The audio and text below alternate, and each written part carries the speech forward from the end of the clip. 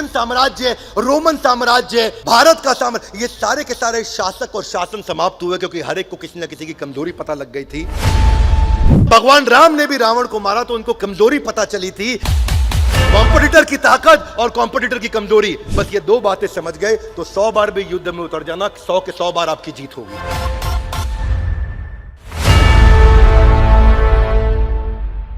ग्रंथराज श्रीमद् भगवद गीता की। तो आप सबका स्वागत है आज के अगले अध्याय में भगवद गीता के, Gita in action. Everybody guys come on, Gita in action. Gita को अपने जीवन में कैसे उतारें, पहला अध्याय चल रहा है और आज हम पहले अध्याय का तीसरा श्लोक लेने जा रहे हैं और यह श्लोक दुर्योधन बोल रहे हैं। हमने इससे पहले चर्चा किया धृतराष्ट्र के श्लोक का। अब हम दुर्योधन की बात करेंगे कि दुर्योधन क्या बात कर रहे हैं और भगवद गीता का प्रारंभ होने जा रहा है। पश्यताम पांडुपुत्राणाम आचार्यम महतीम चमुम व्यूढ़ाम द्रुपद पुत्रेण तव शिष्येण धीमता। तो यहां दुर्योधन कहते हैं, हे आचार्य पांडु पुत्रों की विशाल सेना को देखो। दुर्योधन किसको कह रहे हैं? द्रोणाचार्य को कह रहे हैं। किसको कह रहे हैं? हे आचार्य पांडु पुत्रों की विशाल सेना को देखो, जिसे आपके बुद्धिमान शिष्य द्रुपद के पुत्र ने इतने कौशल से व्यवस्थित किया है।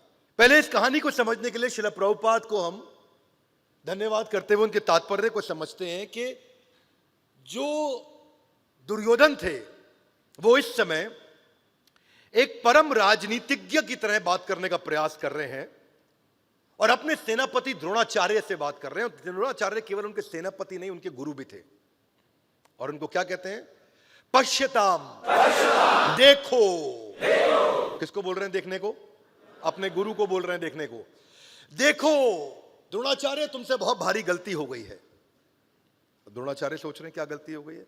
पश्यताम पांडुपुत्राणाम आचार्यम महतीम चमुम। ये सारी की सारी सेना किसने सेट करी है? ये द्रुपद के पुत्र धृष्टद्युम्न ने सेटिंग करी है पूरी। और कौन था ये धृष्टद्युम्न? इसके पीछे एक हिस्ट्री है। दुर्योधन ये बात क्यों कर रहे हैं? हिस्ट्री ये है कि द्रोणाचार्य की और द्रुपद की बनती नहीं थी। द्रुपद कौन है? अर्जुन के ससुर जी, यानी कि द्रौपदी के पिता। द्रौपदी के पिता हैं द्रुपद, और द्रुपद और द्रोणाचार्य का आपस में पुराना झगड़ा था। और उस झगड़े में द्रोणाचार्य से बदला लेने के लिए द्रुपद ने क्या किया? एक यज्ञ किया और उस यज्ञ से उनको मिले कौन? धृष्टद्युम्न। उनको प्राप्त हुआ एक ऐसा पुत्र जो कि आगे चल के वध करेगा। किसका? द्रोणाचार्य का। और द्रोणाचार्य ये बात जानते थे कि धृष्टद्युम्न आगे चल के, ये भी तो बच्चा है, आगे चल के ये मेरा वध करेगा। फिर भी एक अच्छा ब्राह्मण होने के नाते उन्होंने सारी शास्त्र विद्या सिखा दी। एक अच्छा ब्राह्मण क्या सिखाता है? वो ज्ञान देता है, अपना ज्ञान रोकता नहीं है। तो एक अच्छा ब्राह्मण होने के कारण, एक अच्छा टीचर, एक अच्छा मेंटर, एक अच्छा लीडर होने के कारण द्रोणाचार्य ने सब कुछ सिखा दिया धृष्टद्युम्न को, ये मानते हुए, ये जानते हुए कि आगे चल के ये मेरी मृत्यु का कारण बनने वाला है। क्योंकि ये किसका पुत्र है? द्रुपद का पुत्र है। ये जानते थे, लेकिन फिर भी ट्रेन किया। और हुआ क्या? ठीक महाभारत का युद्ध होने से पहले धृष्टद्युम्न ने सामने जाके कंपटीशन का टीम पांडवों को ज्वाइन कर लिया और सारी की सारी टीम को व्यवस्थित किया कि पूरा फैलेंक्स, पूरा का पूरा यूनिट, सारे के सारे यूनिट्स, मिलिट्री आर्मी कैसे खड़ी होगी। और अब दुर्योधन चिढ़ रहा है उस बात को लेके। दुर्योधन को गुस्सा आ रहा है। दुर्योधन क्या बोल रहा है कि देखो कौन है ये? तुम्हारा ही शिष्य, तुमने ही ट्रेन किया, तुम्हारे को मारने के लिए खड़ा हो गया। देख लो द्रोणाचार्य, क्या किया तुमने ये। और बातों बातों में इशारा कर रहा है, अब ये ना हो कि अर्जुन तुम्हारा फेवरेट शिष्य है तो उसके लिए सॉफ्ट कॉर्नर लेके बैठ जाओ और बाद में अर्जुन को छोड़ दो।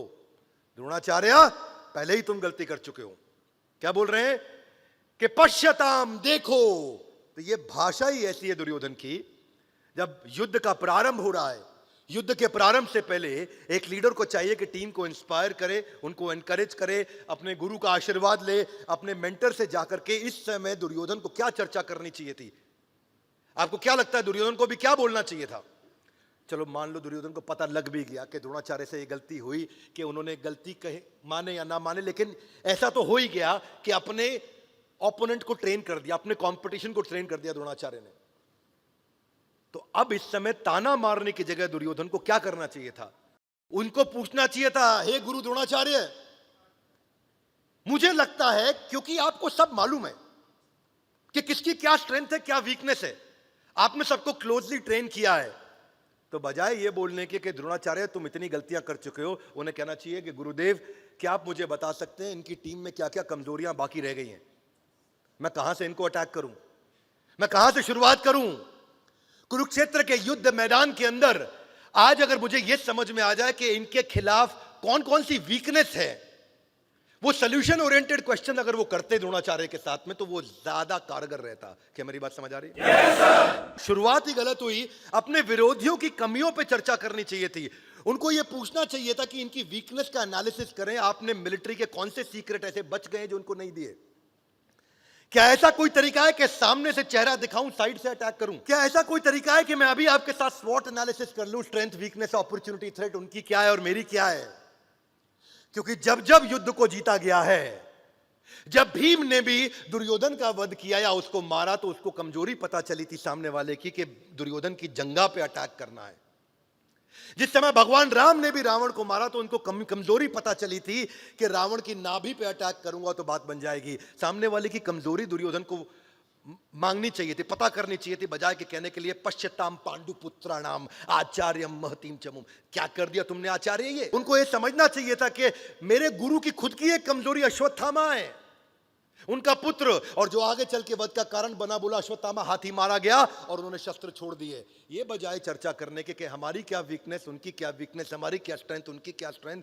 लड़ाई से पहले वो उस समय द्रोणाचार्य को तंग करने में लगे, उनको धमका रहे हैं, एक प्रकार से सॉफ्ट तरीके से धमका रहे हैं उनको। भीम ने जरासंध का वध कैसे किया? जब कृष्ण ने उनको कमजोरी बताई, तीलियों को तोड़ के एक को यहां फेंका और एक को यहां फेंका, और तभी जरासंध को उससे पहले भी 3 बार फाड़ा था भीमसेन ने, जिसके पास 10,000 हाथियों का बल है। ये जरासंध वही है जिसने 95 राजाओं को कैद कर रखा था, और 95 राजाओं के बाद 5 और राजा को कैद करके उनकी हत्या करके वो देवताओं को प्रसन्न करना चाहता था उस यज्ञ में, ताकि आगे चल के कृष्ण का भी वध कर सके।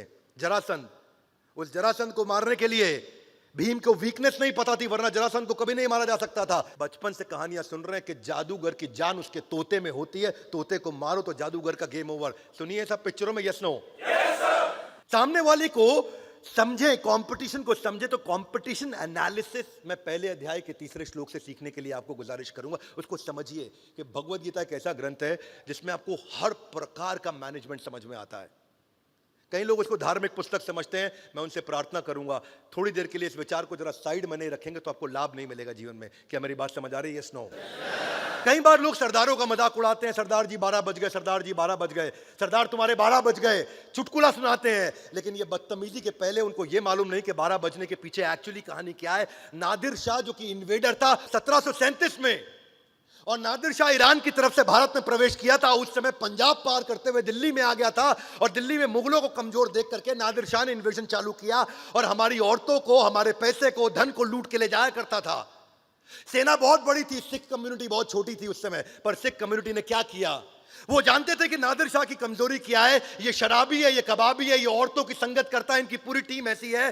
तो रात को मध्य रात्रि के अंदर सारे सिख छोटी सी अपनी टीम बना करके गोरिल्ला वॉरफेयर के द्वारा नादिर शाह की टीम को रोज रात को उखाड़ते थे, रोज रात को उनको ठोकते थे, अपनी औरतों को बचा के लेके आते थे। पूरे भारतवर्ष को धन्यवाद करना चाहिए सिख कौम को केवल इस बात के लिए कि उन्होंने हमारी संस्कृति और हमारे परिवारों को बचाया, बजाय के चुटकुला सुनाने के। दुर्योधन को चाहिए था ये बजाय कहने के पश्यताम पांडुपुत्राणाम, उसको पता करना चाहिए था कि गुरुदेव क्या कमियां हैं सामने वाले की। जैसे सिख कौम ने उनकी कमियों को देख करके वहां जाके गोरिल्ला वॉरफेयर से उन पर अटैक किया। अरे पिक्चरों में पुरानी देखते आ रहे हैं कि विलन बोलता है तेरी मां मेरे कब्जे में है, तेरी प्रेमिका मेरे कब्जे में है। वो भी जाकर के हीरो की कमजोरी को पकड़ लेता था विलन, और वहां से पिक्चर का जो है यू टर्न आता था। उसके बाद अपन देखते थे वहां पे मूवीज के अंदर, चक दे इंडिया मूवी देखो, सुल्तान मूवी देखो, दंगल मूवी देखो, हर मूवी में दिखाया गया है कि लास्ट में सेमीफाइनल, फाइनल राउंड से पहले वो सामने वाले की वीकनेस को पकड़ते थे।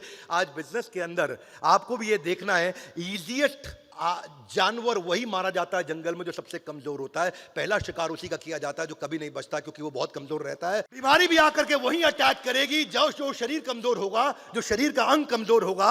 इसलिए सामने वाले को ओवरवेल्म कर दें अपनी स्पीड और अपनी एक सडननेस के द्वारा, अगर उसकी तैयारी के साथ दुर्योधन जाता, बजाय कि अपनी टीम का उत्साह गिरा करके वो जा रहा है। पांडवों की सबसे बड़ी कमजोरी क्या है? पांडव कौन सी शास्त्र विद्या और शस्त्र विद्या नहीं जानते हैं। पांडवों को किस चीज से डर लगता है? पांडवों को अगर मैं अटैक करूंगा तो वो कैसे रिएक्ट करेंगे? हे गुरु द्रोण, ऐसी वो कौन सी कमजोर एरिया है, उसको क्या बोलते हैं? Below the belly, under the belly. ये अंडर बेली क्या है? कहावत है, सबसे कमजोर इलाका, सबसे कमजोर इलाका। क्योंकि एक पुरुष के लिए जेनिटल्स एक ऐसा कमजोर इलाका होता है जिसके कारण ये अंडर बेली नाम की एक कहावत ही पैदा हो गई, जो कहावत ही बन गई इस बात के लिए। वो कौन सी कला में हमसे बेहतर है, वो कौन सी कला में हमसे बदतर है, हम कौन सी कला में उनसे बेहतर है। एक्सपोज करो और अटैक करो कंपटीशन की वीकनेस को लगातार ठोक के। उनकी सेना में सबसे कमजोर इलाका कौन सा है जो उनके अरेंजमेंट में, जहां से हम अटैक करके जाएं, क्योंकि परिधि से अटैक करेंगे, बीच में नहीं करेंगे। ये दुर्योधन को तैयारी करनी चाहिए थी। दुर्योधन को वो मिलिट्री सीक्रेट्स पता करने चाहिए थे जो पांडवों के पास अभी भी नहीं है। दुर्योधन को यह सोचना चाहिए था कि अगर ये जीत के नजदीक होंगे तो क्या करेंगे, या हार के नजदीक होंगे तो क्या करेंगे, इनके पास कौन से रिसोर्सेज अभी भी कम है और हमारे पास कौन से रिसोर्स अभी भी ज्यादा है। अपनी स्ट्रेंथ और सामने वाले की वीकनेस को आमने सामने ले आओ। चाणक्य पंडित इसलिए कहते हैं कि अपनी कमजोरी का किसी भी हालत में कभी भी किसी को पता नहीं लगने देना। विवेक ओबरॉय हमारे मित्र हैं, उन्होंने एक सीरीज लेकर के आए थे, कुछ क्रिकेट के ऊपर बैटिंग होती थी, इनसाइड एज। Thank you. वो इनसाइड एज की सीरीज मैंने विवेक के कहने पे फास्ट ट्रैक पे देखी। विवेक भाई को हम बहुत रिस्पेक्ट करते हैं, प्यार करते हैं, वरना मैं कोई ओटीटी सीरीज नहीं देखता। और मैं उनके साथ दुबई में बैठा था, मैंने उनको कहा कि इनसाइड एज में एक ही लर्निंग है जो जिंदगी भर छाप लेना। बोले क्या विवेक भाई? मैं कहा इनसाइड एज सीरीज की एक ही लर्निंग है, आपके हर एपिसोड में एक ना एक आदमी ठुका है, वो इसी कारण उसकी पिटाई हुई है क्योंकि दूसरे को उसकी कमजोरी पता लग गई थी। किसी को उसकी सेक्स की कमजोरी पता लगी, किसी को चोरी की, किसी को टैक्स इवेजन की, किसी को इंटरनेशनल फ्रॉड की। जब जब कमजोरी पता चला, चाणक्य पंडित ने क्या किया? वही किया कि जब नंदा साम्राज्य को समाप्त करना था चाणक्य पंडित को और मौर्य साम्राज्य की स्थापना करनी थी। क्या था ये मौर्य साम्राज्य? मूरा मां का नाम था और मूरा के बेटे का नाम था चंदू, और मूरा के नाम होने के कारण उस साम्राज्य का नाम रखा गया मौर्य डायनेस्टी। पर क्या किया? सेना नहीं थी, सेना नहीं थी। छोटी छोटी बच्चियों को हल्का हल्का जहर दिया, उनको ट्रेन किया, पूरी जिंदगी थोड़ा थोड़ा जहर देते रहे उनको, और उनको ट्रेन करते रहे और उनको विष कन्या बनाया। और ऐसी राजाओं के पास में जब वो रात्रि में उनका चुंबन लेने जाती थी और वो विष कन्या अपने चुंबन से उनका वध करके आ जाती थी। तो उन्होंने हमेशा इन कमजोरियों को देखा। अगर अपनी ताकत और अपनी कमजोरी, कॉम्पिटिटर की ताकत और कॉम्पिटिटर की कमजोरी, बस ये दो बातें समझ गए तो 100 बार भी युद्ध में उतर जाना, 100 के 100 बार आपकी जीत होगी।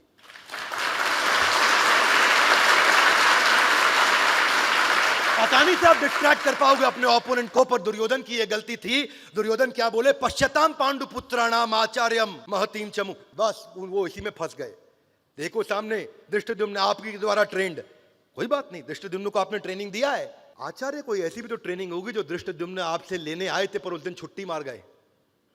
आचार्य कोई ऐसी भी तो ट्रेनिंग होगी कि उस दिन धृष्टद्युम्न डिजिटल ट्रेनिंग ले रहे थे, ध्यान से नहीं अटेंड किया।